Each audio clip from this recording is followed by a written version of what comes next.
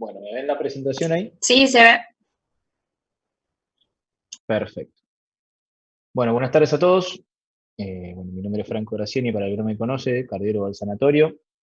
Antes que nada, agradecerles la amabilidad de invitarme para dar una clase de algo que por suerte mucho uno no ve en las guardias ni en el consultorio, pero bueno, que es una patología que cuando uno le toca de cerca con un paciente a veces deja un poco de duda, por lo menos un tema que volví a leer, volví a estudiar y la verdad que siempre se aprende algo nuevo.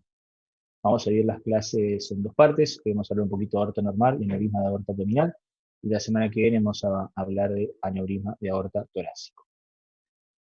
Bueno, vamos a comenzar haciendo un pequeño repaso de aorta normal. La aorta es la principal y más grande arteria del organismo. Tiene 2,5 centímetros de diámetro promedio en el adulto. Se extiende desde la válvula aórtica en el tórax hasta la zona media del abdomen, donde se bifurcan las arterias ilíacas comunes. Se divide anatómicamente en componentes torácicos y abdominales. La aorta torácica se subdivide en los segmentos ascendente del arco y descendente, y en la imagen a la izquierda, para ir corroborando la información que yo les voy brindando, y la aorta abdominal en los segmentos suprarrenal e infrarrenal. Por promedio soporta entre 2.300 y 3.000 millones de latidos en la vida de un ser humano, y tiene un conducto para 200 millones de litros de sangre. Es el principal vasoconductancia, después vamos a hablar un poquito qué significa esto, y está compuesta por tres capas: la íntima, la media, donde radica su fortaleza y su fisiología, y también su fisiopatología, y la adventicia. Obviamente que si tienen alguna duda, me van preguntando. Entonces, como dije recién, en cuanto a las consideraciones anatómicas, se divide en aorta torácica y abdominal, la torácica en ascendente, arco y descendente, y la abdominal en suprarrenal e infrarrenal. El objetivo de esta diapo es brindarle una imagen un poquito más amplia y bueno, que les sirva para hacerlo un poco más didáctico. En cuanto a su anatomía, como estábamos diciendo, la torácica se divide en dos porciones. La porción inferior, que es la raíz aórtica, comienza al nivel de la válvula y se extiende hasta la unión sinotubular. La raíz aórtica sostiene las bases de las tres valvas de la válvula aórtica que sobresalen hacia las zonas de Valsalva para permitir la expulsión completa de las cúspides de la válvula durante la sístole. Y como ustedes muy bien saben, las primeras ramas de la aorta son las arterias coronarias derecha e izquierda que surgen del interior de los senos. La porción superior de la aorta ascendente comienza en unión sinotubular y asciende para unirse al arco. La porción proximal de la aorta ascendente se encuentra dentro de la cavidad pericárdica, esto es un dato muy importante, anterior a la bifurcación de la arteria pulmonar. El arco aórtico da lugar al tronco brachiocefálico, la arteria carótida común izquierda y la arteria subclavia izquierda. A continuación, acá le puse una diapo, están todas las referencias anatómicas que voy a ir nombrando, obviamente algunas van a faltar, para que después también en forma didáctica vayan corroborando la info. La torácica comienza justo después del origen de la arteria subclavia izquierda. El punto en que el arco aórtico se une a la aorta descendente se llama el istmo aórtico y está marcado por la unión del ligamento arterioso. Este istmo es especialmente vulnerable al traumatismo, por eso que se lo traigo a colación, por desaceleración, porque en este sitio la porción relativamente móvil de la aorta, que es la ascendente y el arco, se vuelve ligeramente fija a la caja torácica. Así que en los traumatismos o por aceleraciones es un punto siempre importante de destacar. La aorta torácica se dirige gradualmente hacia abajo, donde da lugar a arterias intercostales emparejadas desde la pared aórtica posterior en cada nivel de la columna. En su extensión distal atraviesa el diafragma, que por lo general a nivel de la dorsal arteria torácica, y se convierte en una aorta abdominal. Nuevamente está la referencia en su imagen. Y por último, la aorta abdominal, que continúa hacia abajo, dando lugar al eje celíaco y la arteria mesentérica superior desde su pared anterior, seguida dentro de varios centímetros por los orígenes posterolaterales de las arterias renales derecha e izquierda. Este segmento de la aorta se describe como segmento suprarrenal o visceral, y luego la aorta infrarrenal continúa a lo largo de la superficie anterior de la columna lumbar, donde da origen a los pares de brazos de la arteria lumbar desde su pared posterior. Esto también es importante para después diferenciar los puntos de los aneurismas. La aorta termina por bifurcación en las arterias ilíacas comunes, generalmente al nivel de la cuarta vértebra lumbar. Bueno, si no hay ninguna duda, seguimos con la fisiología. Durante la sístole ventricular se distiende por la fuerza de la sangre. Si ustedes siguen el mouse, no sé si lo ven bien, el punto C sería el comienzo de la sístole, si lo van siguiendo aquí, donde aumenta la presión a nivel auricular y luego, esperen, voy a correr acá, esto está tapando, acá está el cierre, que es, digamos, lo que es la incisura dícrota, que tiene relación con el posterior, última porción, digamos, de la sístole, con luego el posterior de lo que es la relajación isovolumen. Entonces, durante la sístole se distiende por la fuerza de la sangre, parte de la energía cinética se almacena en su pared como energía potencial. Ahí le puse las dos definiciones para que no dejen dudas. La energía cinética es la energía que obtiene un objeto debido a su movimiento, en este caso la sangre, y la energía potencial es la energía mecánica asociada a la localización de un cuerpo dentro de un campo de fuerza. Por lo tanto, esta energía, digamos, potencial, viene derivada de la energía cinética del latido en su punto de vista proximal. Y en forma distal vamos a ir viendo el movimiento sanguíneo. Durante la diástole se transforma nuevamente en energía cinética conforme las paredes recuperan elásticamente su calidad. Para entender bien nuevamente las alteraciones anatómicas que se producen en las zonas de brisma, que son los dos temas que vamos a hablar con algunos puntos después de tumores y un poco de patologías infecciosas, la pared aórtica es muy interesante en cuanto a su composición. Tiene tres capas. La túnica íntima, la más interna, que está en contacto con la sangre a través de un pequeño endotelio. La túnica media, que es la musculoesquelética, que es la más gruesa de la pared aórtica. Y la adventicia, que es la más fibrosa y está en la capa más externa. Como ven en su referencia textual, la íntima consta de células endoteliales y el espacio subendotelial inmediato, delimitada por la lámina elástica interna. El punto más importante donde yo quiero hacer referencia son las próximas dos capas, que es la media, que tiene capas concéntricas de fibras elásticas, que se alternan con células del músculo liso vascular, y con capas de elastina, con esta referencia que hice previamente, constituye una unidad laminar. Esta arquitectura le da a la aorta su resiliencia circunferencial, o sea, la elasticidad que hablábamos recién de la energía cinética y potencial que en ella radica, necesaria para el estrés hemodinámico que sufre este gran vaso. Y la porción exterior, que también tiene que ver con el envejecimiento de esta arteria posteriormente, está delimitada por la capa de adventicia, como bien dije anteriormente, y esta lámina externa, que normalmente es más delgada que la lámina elástica interna. Esta adventicia está compuesta por colágeno y fibroblastos, así como pequeños nervios y vasos sanguíneos que irrigan a esta pared. Las fibras de colágeno en la adventicia gobiernan la resistencia. Antes hablamos de la resiliencia en la media, esto hablamos de resistencia a la tracción de la pared aórtica. O sea, cuando esta energía cinética y potencial actúan sobre la capa media, la porción externa es quien delimita la resistencia a esta fuerza para poder darle un ámbito de contención y esta macroscopía genere una buena redistribución de la volemia en el organismo. Entonces, la distensibilidad de la pared aórtica en condiciones normales resulta de la extensión reversible de las unidades laminares elásticas en la capa media. Esta extensibilidad se deriva de las propiedades de las fibras elásticas. A nivel de la tensión mecánica que excede la capacidad extensible, como les decía recién, para enmarcar la fuerza de estas fibras medianas, la resistencia de la tracción aórtica se vuelve dependiente, obviamente, de esta red de fibras de colágeno que también están en la media, pero principalmente las que cumplen su función están en la adventicia.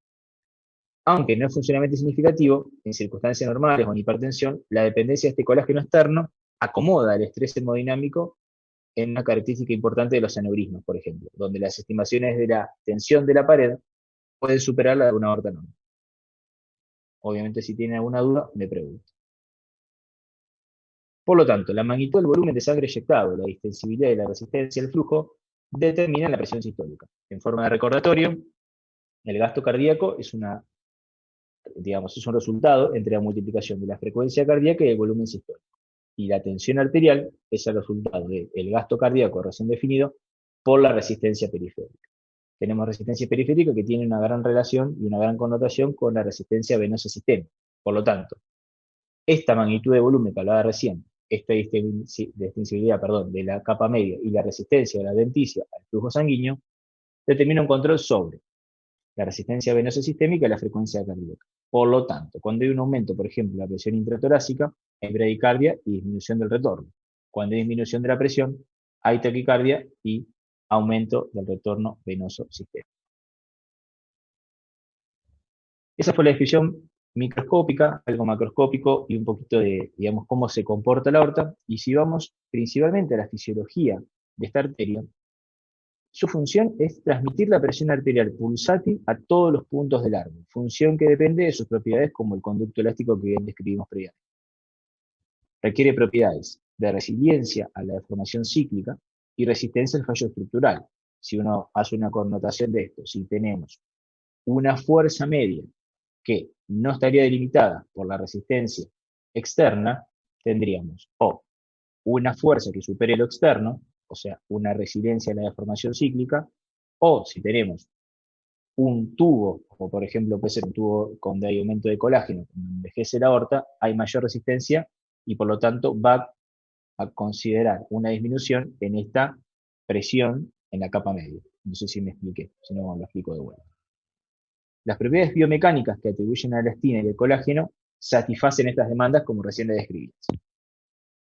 La relación presión-diámetro de la pared aórtica no es lineal, lo que demuestra un componente más distensible a presiones más bajas y un componente más rígido a presiones más altas. Por lo tanto, esta función que antes yo les nombraba, que tenía receptores nerviosos, estos varoreceptores que se encuentran en la capa externa, tienen la capacidad de regular su distensibilidad frente a baja presión o su capacidad de ser más rígido a altas presiones.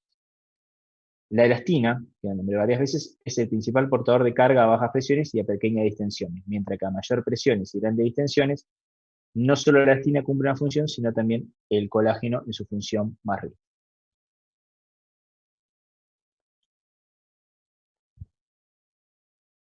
Bueno, estaba nombrando varias veces el tema del envejecimiento. Esta curva de presión-diámetro que nombramos antes, de la aorta se vuelve menos pronunciada con el aumento del lado. O sea, la aorta endurece y aumenta el diámetro de la aorta. Existe aumento en la proporción de colágeno debido a una disminución de la elastina, por lo tanto, va a haber mayor resistencia en la capa externa. Hay una alteración gradual, donde las fibras mediales de la elastina y las laminillas se vuelven más desordenadas. Hay mayor adelgazamiento, mayor fragmentación, por lo tanto, esta capacidad de resiliencia que antes nombraba también va a estar disminuida. O sea, hay mayor resistencia, menor resiliencia por ahora.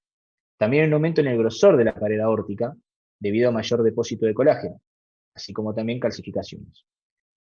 Estos efectos directos de las placas que se forman a nivel de la aorta producen endurecimiento y también generan aumentos compensatorios de la extensibilidad. O sea, hay un remodelado en cuanto a la expansión de la pared de esta arteria. Entonces, el envejecimiento va a modificar la resistencia externa, la resiliencia media, con depósitos de colágeno, disminución de elastina y aumento de la desorganización de esta capa media. Bueno, hasta ahí tuvimos un pequeño pantallazo de la fisiología, un poquito de microscopía, un poquito de anatomía, y vamos a entrar un poco más a la parte clínica. Si vamos a hablar de la evaluación, el único lugar en que normalmente se puede palpar la aorta es el nivel del abdomen medio, generalmente de individuos flacos, longilíneos, detectar mediante una palpación profunda adyacente a la columna. La radiografía, pedirla para evaluar la aorta, la verdad que es insensible, eso tiene mucho más detalles, pidiendo estudios de ultrasonido como la ecografía abdominal o el mismo ecocardiograma, la tomografía, la angiotac o resonancia magnética, o por último, una ortografía coronaria que puede estar o no derivada de una cine coronaria. Bueno, adentrándonos en aneurisma, vamos a hablar de generalidades, cómo se define el aneurisma.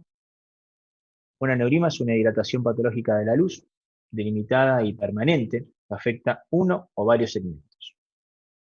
También se lo define como un segmento patológico de dilatación aórtica que tiene propensión a expandirse y a romperse.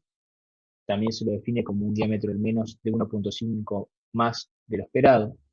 También se lo define como un aumento del diámetro al menos 50% mayor que el esperado para el mismo segmento aórtico en individuos no afectados de la misma edad y sexo, y suelen describirse en forma de su tamaño, ubicación, morfología, que pueden ser fusiformes, en forma alargado, o en forma de sacos, sacular, o su etiología. Los fusiformes, los alargados, son los más frecuentes y caracterizan por una dilatación simétrica con forma uniforme que afectan a toda la circunferencia de la pared. Los saculares, existe una dilatación más localizada que afecta solo una porción de la circunferencia de la pared, apareciendo como una protuberancia focal, o sea, como un globito. Estas lesiones representan verdaderos aneurismas en el sentido de que la pared está intacta pero dilatada, afectando toda la capa de las estructuras.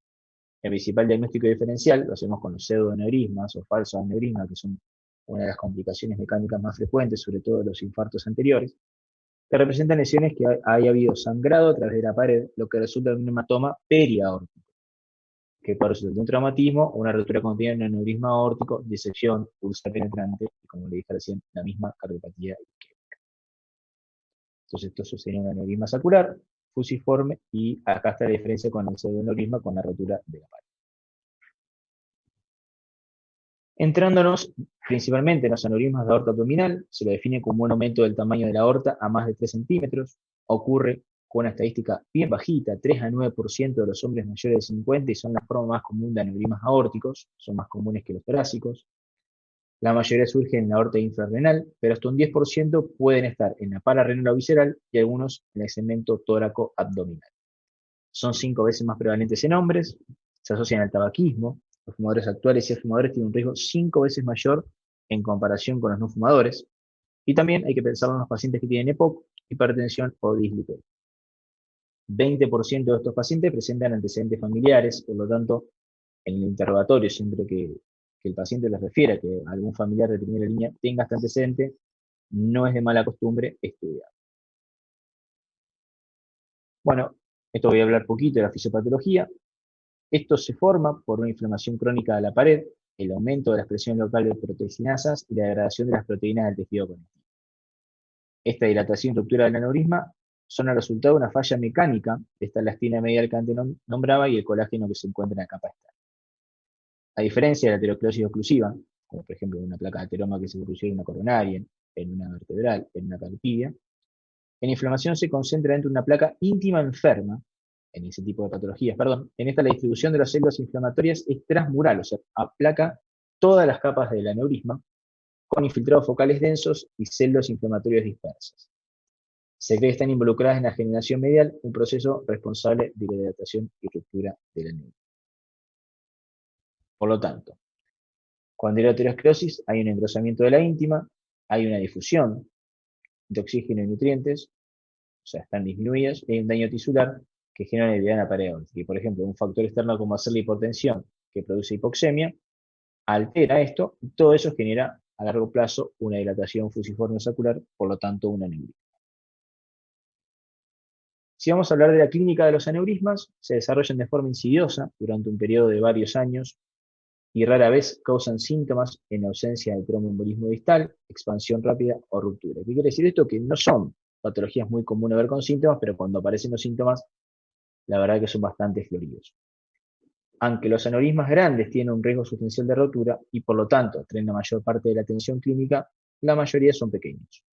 De este modo, la mayoría de los aneurismas se detectan mediante un screening o un hallazgo incidencial en el estudio de imágenes.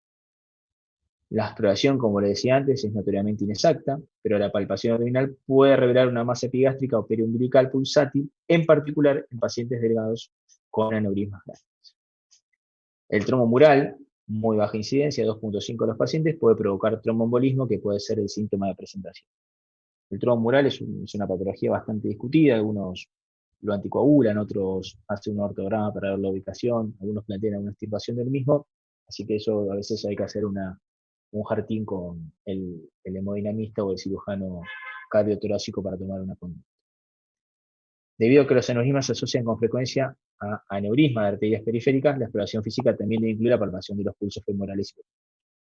Cuando produce dolor, generalmente está localizado en región hipogástrica o región lumbar, es sostenido, lacerante, puede durar horas o días, no está influenciado por el movimiento, aunque el paciente pueda encontrarse mejor en ciertas posiciones, como por ejemplo las piernas elevadas.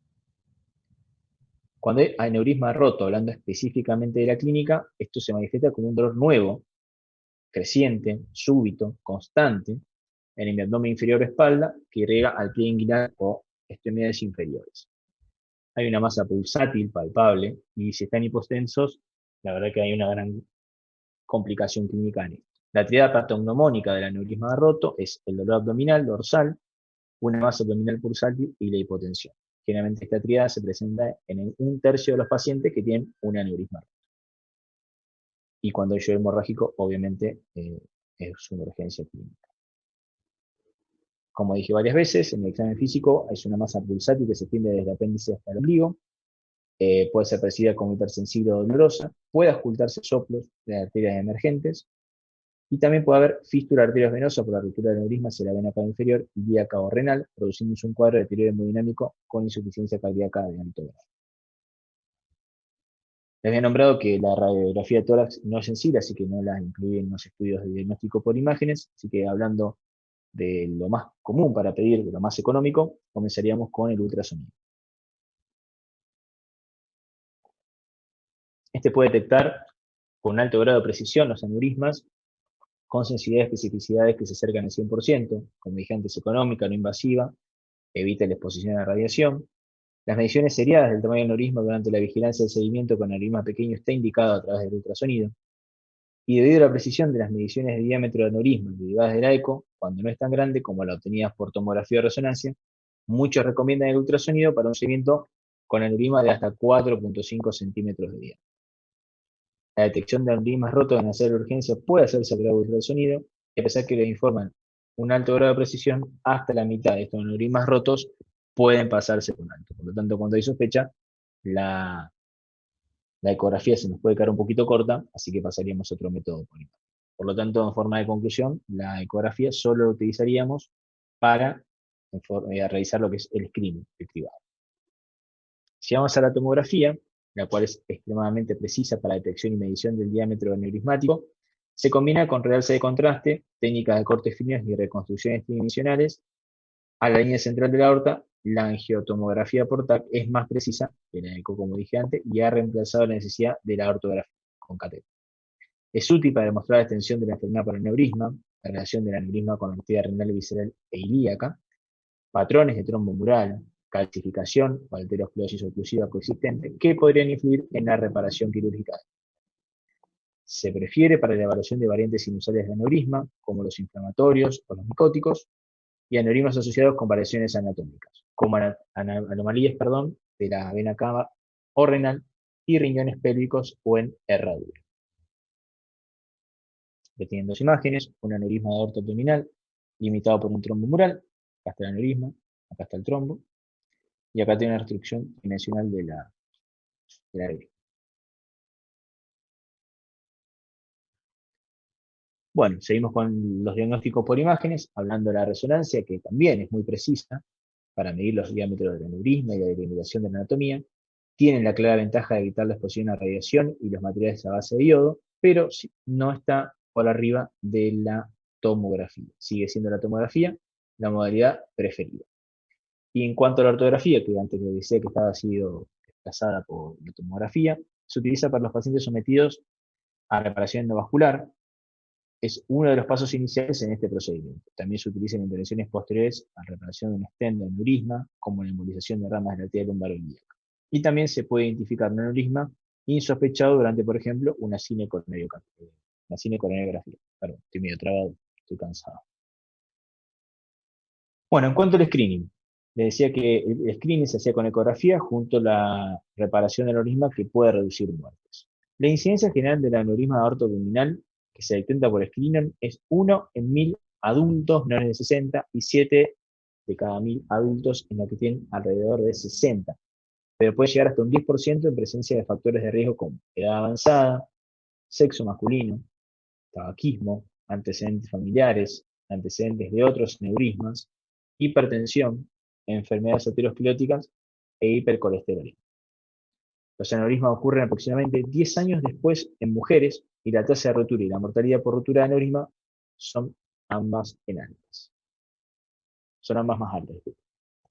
Bueno, hablando un poquito de lo que nos dicen las guías, últimas guías publicadas, yo la verdad que no encontré actualización más reciente, ni en la SAC, ni en la FAC, son las guías del año 2014 que publicaron la europea, ahí tienen el DOI, si lo quieren buscar, yo obviamente después de esta clase se lo voy a pasar a Pedro o Martu para que la suban al Drive.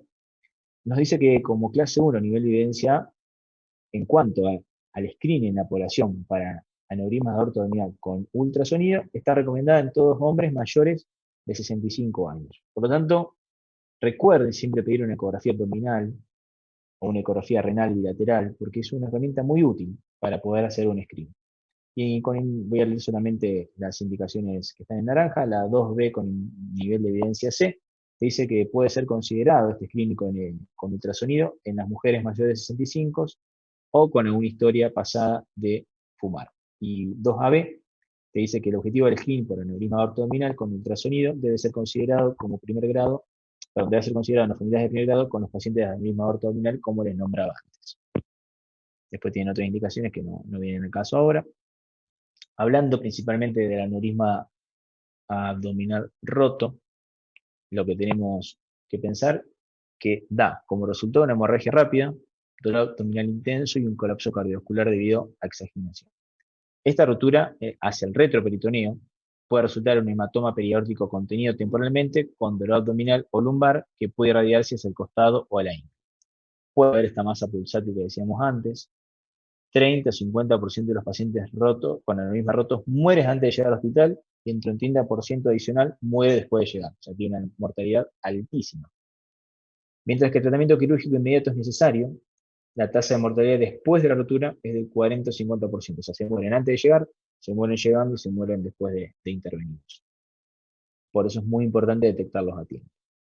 La tasa de mortalidad para la reparación del aneurisma puede disminuir notablemente mediante el uso de reparación endovascular en comparación con técnicas quirúrgicas abiertas. Obviamente que esto también depende de la experiencia del centro, del hemodinamista y del cirujano cardiovascular que tengamos en la mesa. En ausencia de rotura, en algunos casos puede ser prudente retrasar la reparación quirúrgica de 4 a 24 horas hasta que se puedan lograr las condiciones óptimas con un paciente monitoreado y la verdad que con mucha suerte y un muy buen manejo clínico.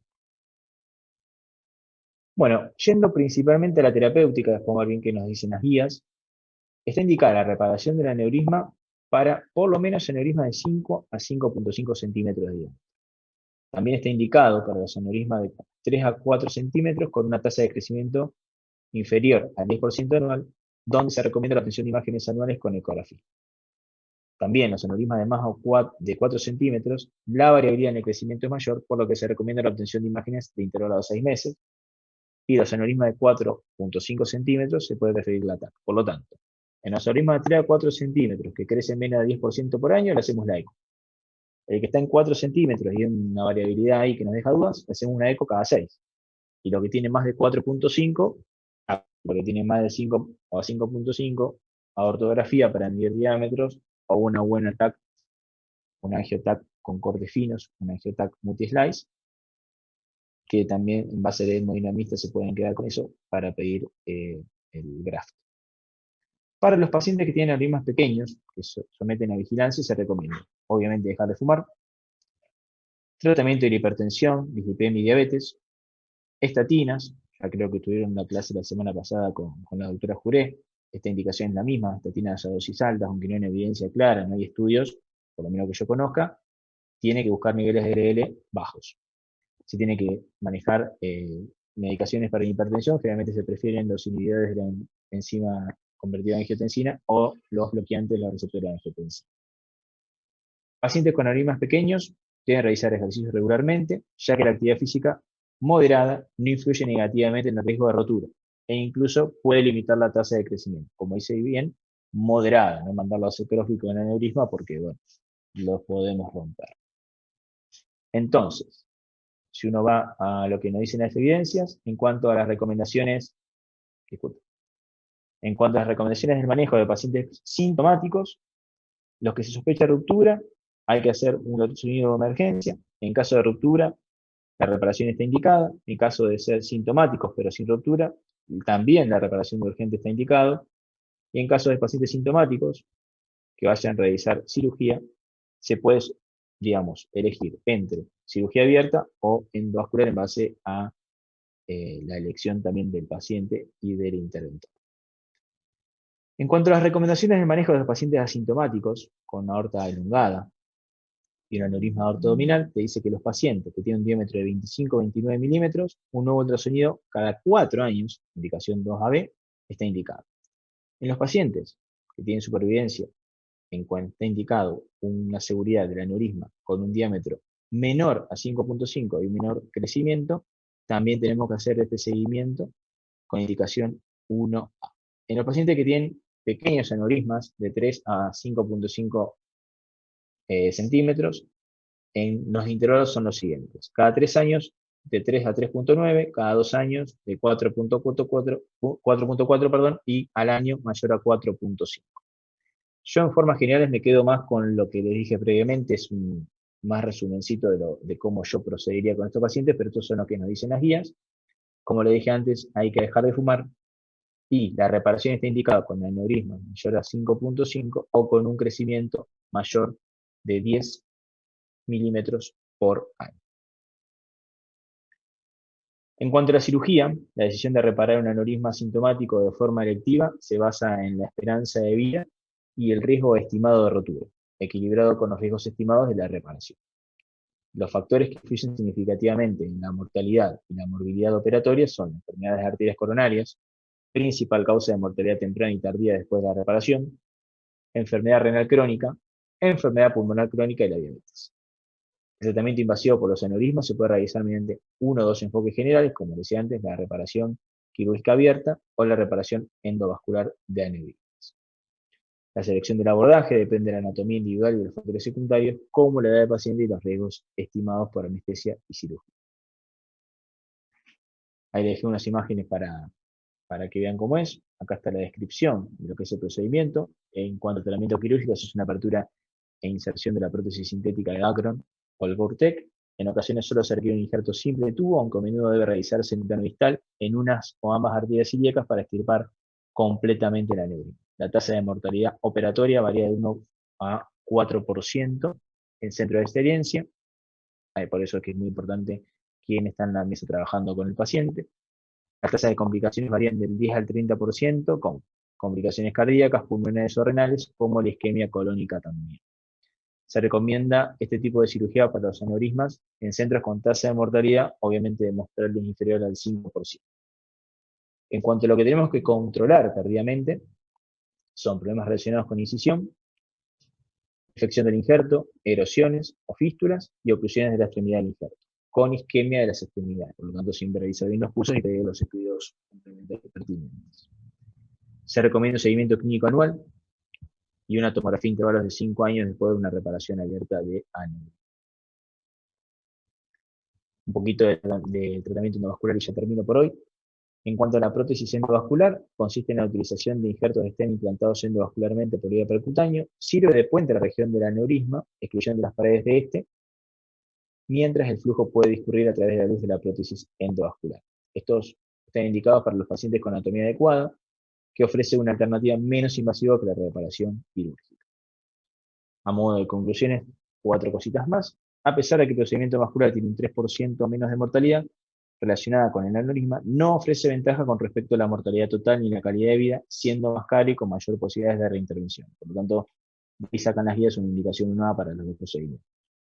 La sobrevida a largo plazo no mejora con la reparación quirúrgica electiva del aneurisma con menor a 5.5 centímetros de diámetro. Diferir la cirugía hasta que el aneurisma sea grande no aumenta el riesgo de la mortalidad quirúrgica. Ningún procedimiento intervencionista podría mejorar la estrategia de vigilancia en pacientes con aneurisma. Bueno, perfecto. Vamos a compartir. Muy buena, Franco. Me gustó. Perdón si hablé muy rápido, pero un tema que no, es largo. Es complejo y tampoco sé. Muy bueno, Franco. Bueno. Hincho, ¿algo? ¿Una duda? Franco. Gonza, Flor, ¿cómo andan? ¿Cómo estás? Sí. En cuanto al tratamiento médico del aneurisma de aorta abdominal, más que nada en la endoprótesis posterior al tratamiento, ¿es antiagregación simple? Buena pregunta. Eso fue un tema que yo pensé que iba a estar Pedro, porque él iba a tratar un poquito de hablar de este tema. Yo por lo menos los pacientes que veo se van con doble antiagregación, pero no encontré evidencia de cómo hacer la doble antiagregación. Sé que los estudios que se han hecho fueron con clopi y aspirina, pero sé que se usan por poco tiempo. Creo que la indicación es aspirina, estatinas y bueno, manejar el tema de la TA. No sé, Martu, vos que está más actualizada que yo con evidencia que rendiste hace poco. Sí, No, eso. la verdad No que hay otra no cosa, por lo encuentro. menos no vi nada raro, nuevo. A veces también COSAC depende un poco de la prótesis, depende del paciente, si además está anticoagulado por alguna otra cosa o no. No vi que haya una única línea con respecto a eso. Mira, Gonza, yo ahí hay que dividir en 3 puntos. Primero, la fisiopatología, como decíamos antes. Yo, la verdad que si algo aprendí armando esta clase es que uno lo interpretaba que había como una placa ateroma, y no es así. Acá es una alteración en las 3 capas. Por lo tanto, las tienopiridinas tienen funciones específicas de bloquear la adhesión plaquetaria digamos, en los receptores P2 y Y12, por lo tanto no estarían tan indicados en la fisiopatología de la droga de per se. La aspirina sí, porque es una inhibición plaquetaria de primera línea, por lo tanto sí genera otra cardioprotección, sumado a que son pacientes dislipémicos y son pacientes que tienen una enfermedad vascular periférica aumentada, que también pueden tener, digamos, enfermedad coronaria asociada. Pero creo que, como dijo Marto, es algo que es más para hablar con hemodinamismo. Sí, se está viendo mucho ahora, que creo que Lorena les habló el otro día, el hecho de matarlos a estatinas. Se los mata a estatinas, o sea, 80 de Atorva, 40 de Rosu, 55 a 70 de LDL. Este mes no lo vamos a dar, pero para la clase de prevención que habíamos hablado nuevo, si ustedes leen las nuevas guías, los matan. Ya un tipo que tiene 110 LDL es mala palabra para este tipo de pacientes. Así que yo creo que donde hoy pondría el ojo es en las estatinas, en estos pacientes. Y bueno, manejar su hipertensión. No olvidar también que estos pacientes después a largo plazo hacen hipotensión, sobre todo hipotensión ortostática, entonces tampoco matarlos a antihipertensivos porque lleva un poco de tiempo a la adaptación de la resistencia venosa sistémica.